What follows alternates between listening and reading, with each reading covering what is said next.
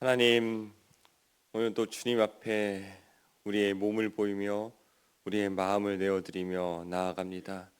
하나님, 각 사람에게 임재하여 주셔서 주의 말씀을 들려주시고 주의 말씀 앞에서 내 생각과 마음과 뜻이 변화되고 새로워질 수 있도록 인도하여 주시옵소서. 혼란한 소리는 잠재워지게 도와주시고 내 안의 소리도 잠재워지게 하시고 오직 하나님의 음성이 선명히 들리며 우리의 눈으로 주님을 바라볼 수 있는 시간이 될 수 있도록 붙들어 주시옵소서. 그렇게 하실 주님을 찬양하고 살아계신 예수님의 이름으로 기도드립니다. 아멘. 찬송가 322장 찬양하시겠습니다.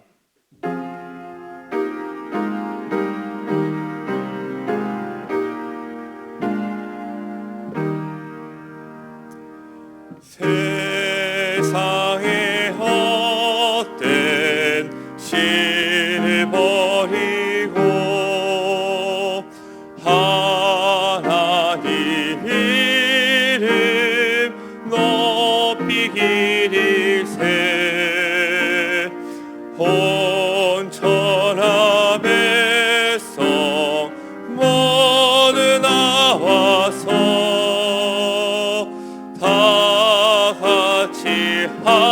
하나님만 섬기세. 주님의 백성 서로 헤아려 시기와 미움 아주 버리고 하나님만을 홀로 섬기는 천국을 어서 이뤄 주소서.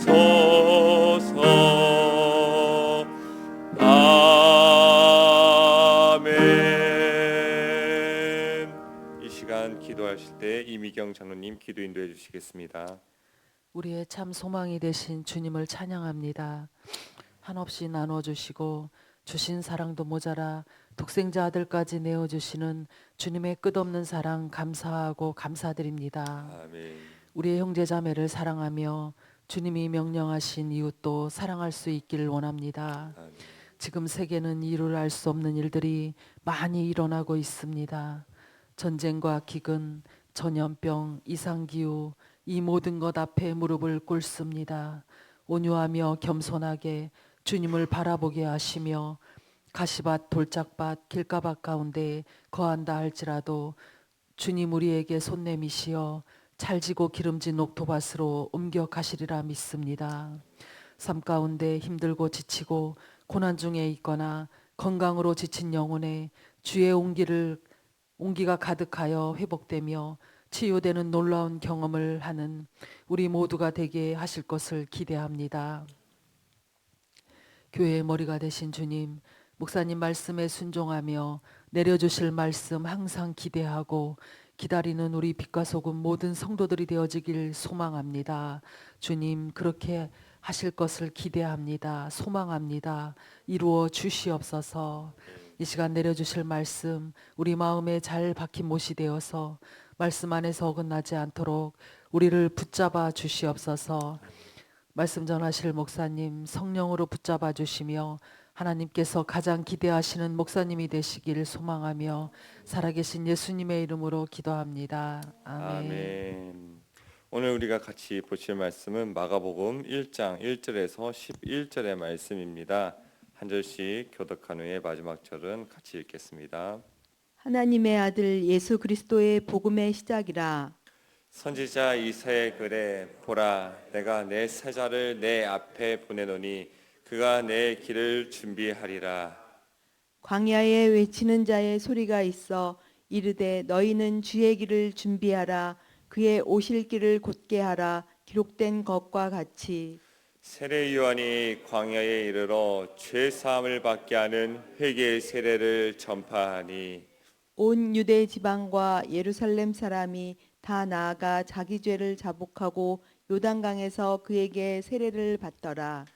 요한은 낙타털 옷을 입고 허리에 가죽띠를 띠고 메뚜기와 석청을 먹더라. 그가 전파하여 이르되 나보다 능력 많으신 이가 내 뒤에 오시나니 나는 굽혀 그의 신발끈을 풀기도 감당하지 못하겠노라. 나는 너희에게 물로 세례를 베풀었거니와 그는 너희에게 성령으로 세례를 베푸시리라. 그때에 예수께서 갈릴리 나사렛으로부터 와서 요단강에서 요한에게 세례를 받으시고 곧 물에서 올라오실새 하늘이 갈라짐과 성령이 비둘기같이 자기에게 내려오심을 보시더니 하늘로부터 소리가 나기를 너는 내 사랑하는 아들이라 내가 너를 기뻐하노라 하시니라. 아멘. 아멘. 오늘도 매일 기도에 나오신 여러분들을 축복하고 환영합니다. 제가 몰랐는데 이 축구 최근에 하지 않았습니까? 이제 우리가 이제 결승전에 올라가는 것이 이제 좀 좌절됐는데 저는 3, 4위전을 할 줄 알았어요. 네, 아시안컵은 3, 4위전이 없다고 하더라고요.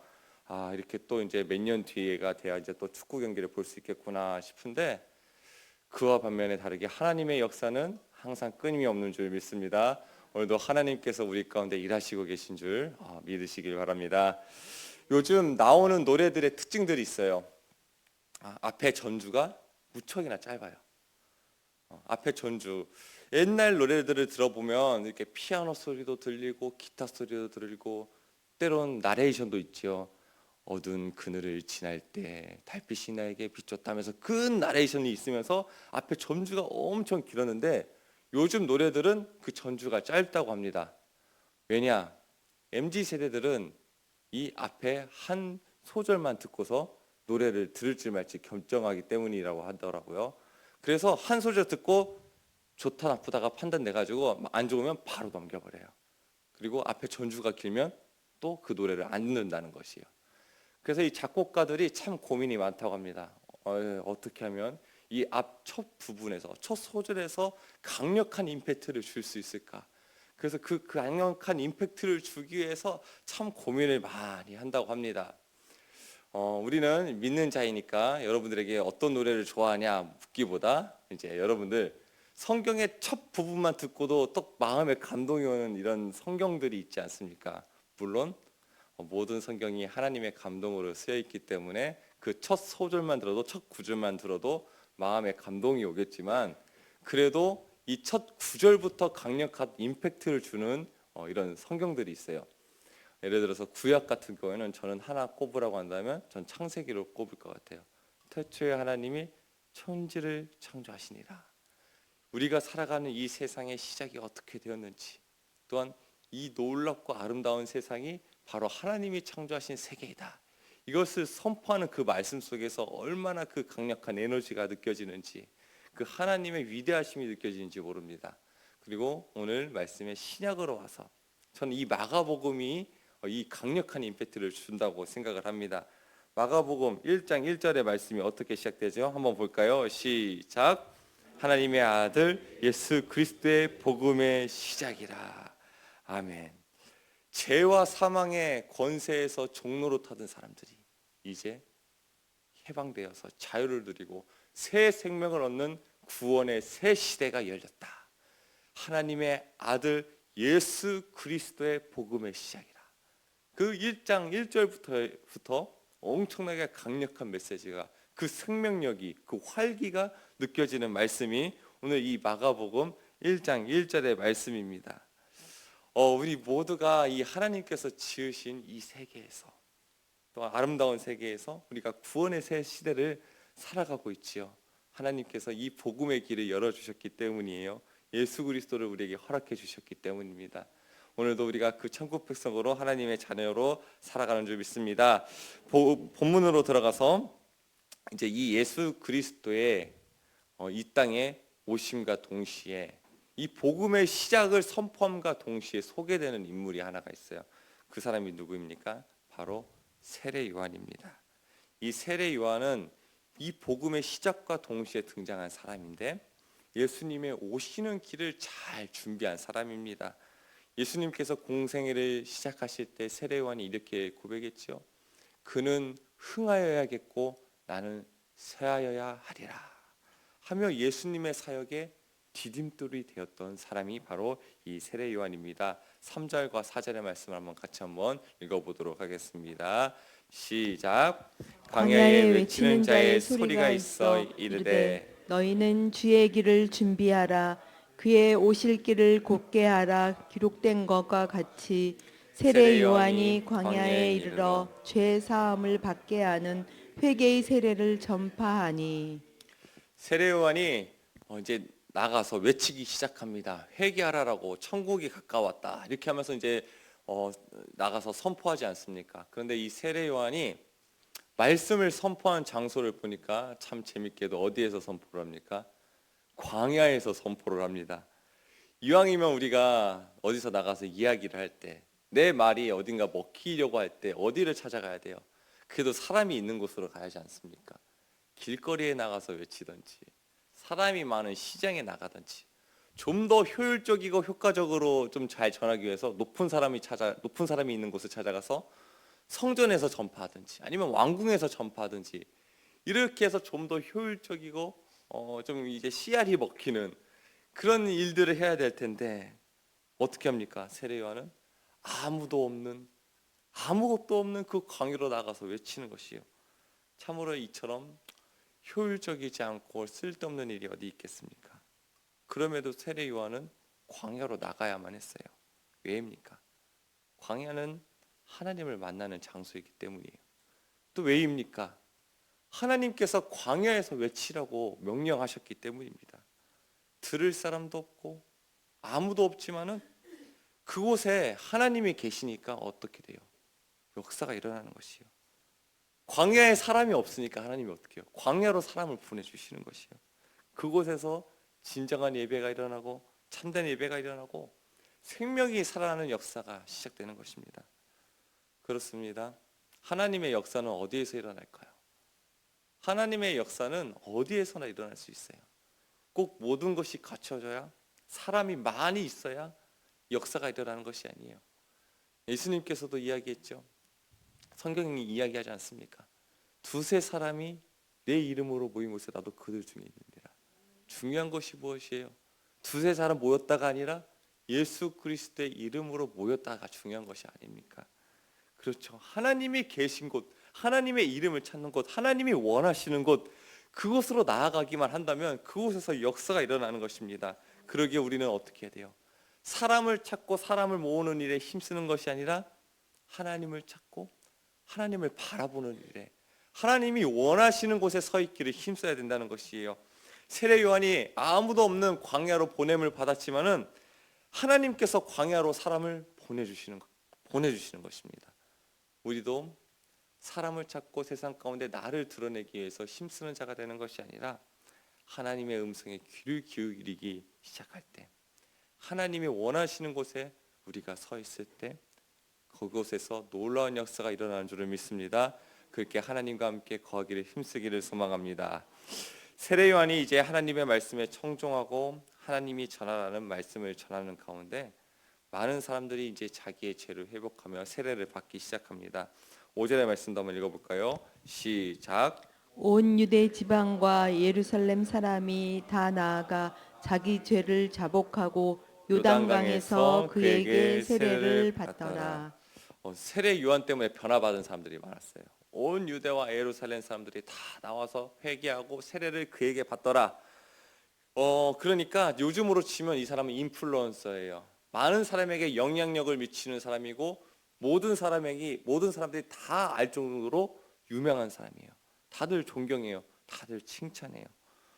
이렇게 유명 인사가 되었다고 한다면 이제 조금은 편하게 지내도 될 텐데 옷도 좋은 것 입고 먹을 것도 좀 괜찮은 거 먹고 거하는 것도 좀 괜찮은 데서 거해도 될 텐데 여전히 세례 요한은 어떡합니까? 광야에서 머물고 초라하게 그지없는 생활을 계속해서 이어가는 것이에요. 6절의 말씀을 보니까 낙타 털옷을 입고 호루에 가죽띠를 띠고 메뚜기와 석청을 먹더라.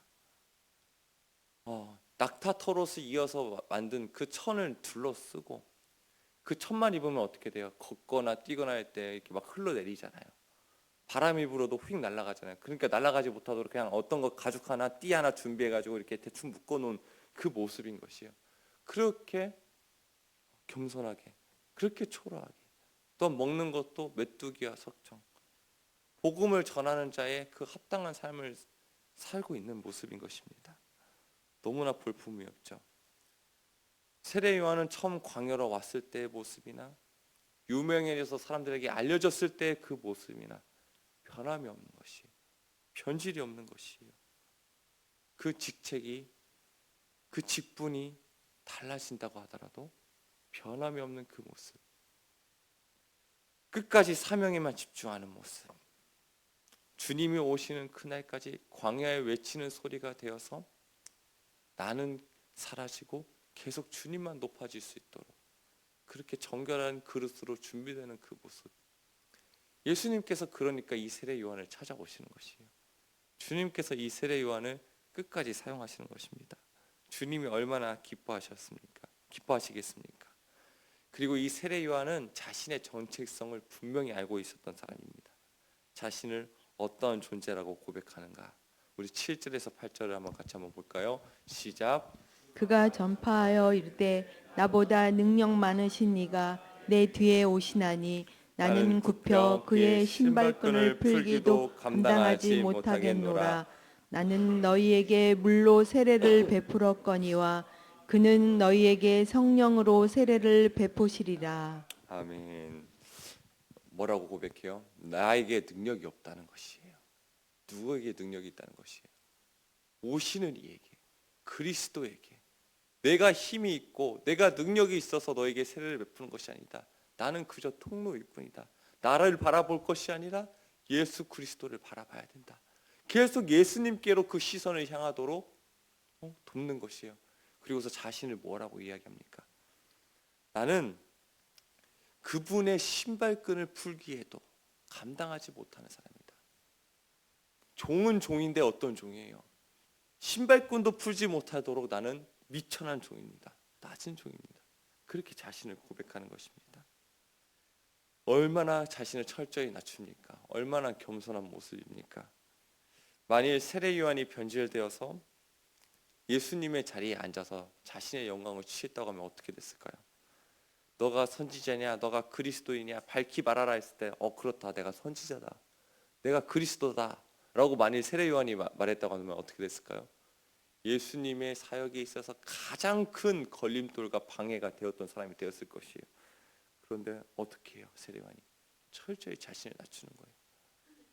예수님의 신발끈조차 풀 수 없는 미천한 종입니다. 부족한 종입니다. 이렇게 고백하는 것입니다. 그러니까 하나님께서 이 세례 요한을 사용하시는 거예요.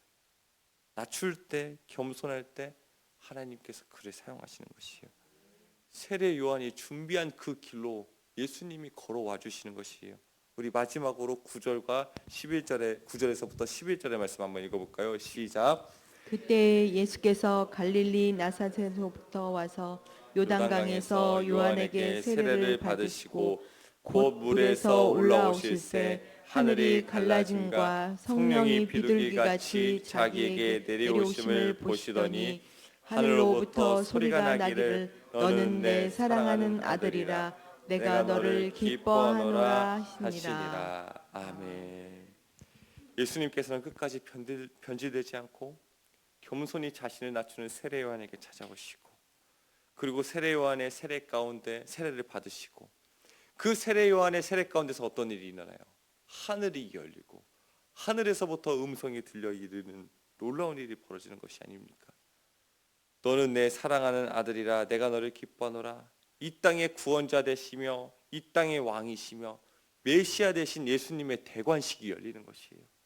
그 준비한 길을, 세례 요한이 준비한 길을 통하여서 놀라운 하나님의 그 역사가 시작된다고 선포되는 것이에요. 얼마나 이 영광스러운 일에 사용되는 것입니까? 예수 그리스도의 복음의 시작, 구원의 새 시대가 열리는 일에 쓰임받는 인생이 된 것입니다. 우리도 이와 같이 세례 요한처럼 쓰임받는 사람들이 되길 바랍니다. 어떻게 해야 됩니까? 첫 번째, 광야로 나아가야 합니다. 하나님이 계시는 곳, 하나님의 음성이 들리는 곳, 하나님이 원하시는 것, 사람을 찾고 세상의 영광을 위해서 영광을 받기 위한, 박수를 받기 위한 자리로 나아가는 것이 아니라 광야로 나아가는 것이에요. 하나님과 깊이 교제할 수 있고 하나님의 음성을 들을 수 있는 그 은밀한 곳, 사람이 알아주지 않는 그곳으로 나가야 된다는 것입니다. 두 번째, 어떻게 해야 됩니까? 변질되지 않아야 됩니다. 내 직분의 자리가 바뀌었다고 해서, 세상에서 나를 바라보는 그 시선이 달라졌다고 해서, 나의 가진 것이 많아졌다고 해서, 세월이 흘렀다고 해서 변질되지 않고 여전히 하나님 앞에서 신실하고 충성되고 정결한 그릇으로 준비되기 위해서 힘써야 됩니다. 마지막 세 번째, 겸손해야 됩니다. 예수님 자리에 올라서서는 안 됩니다. 끝까지 나의 자리를, 나의 보좌를 주님 앞에 내어드리는 것이에요. 스스로 높이는 자는 쓰임받지 못합니다. 그러나 나를 미천한 종이라고, 나는 자격 없는 자라고 하나님 앞에서 겸손히 자신을 낮출 때 하나님께 쓰임받는 인생이 되는 줄 믿습니다. 우리 빛과 소금 교회가 그렇게 예수 그리스도의 복음의 통로가 되어 이 세상의 빛으로 소금으로 쓰임받는 교회와 성도들이 되기를 축복합니다. 기도하겠습니다. 하나님 아버지, 우리도 그 예수 그리스도를 이 땅 가운데 드러내고 하나님의 복음을 흘려보내는 통로가 되길 원합니다.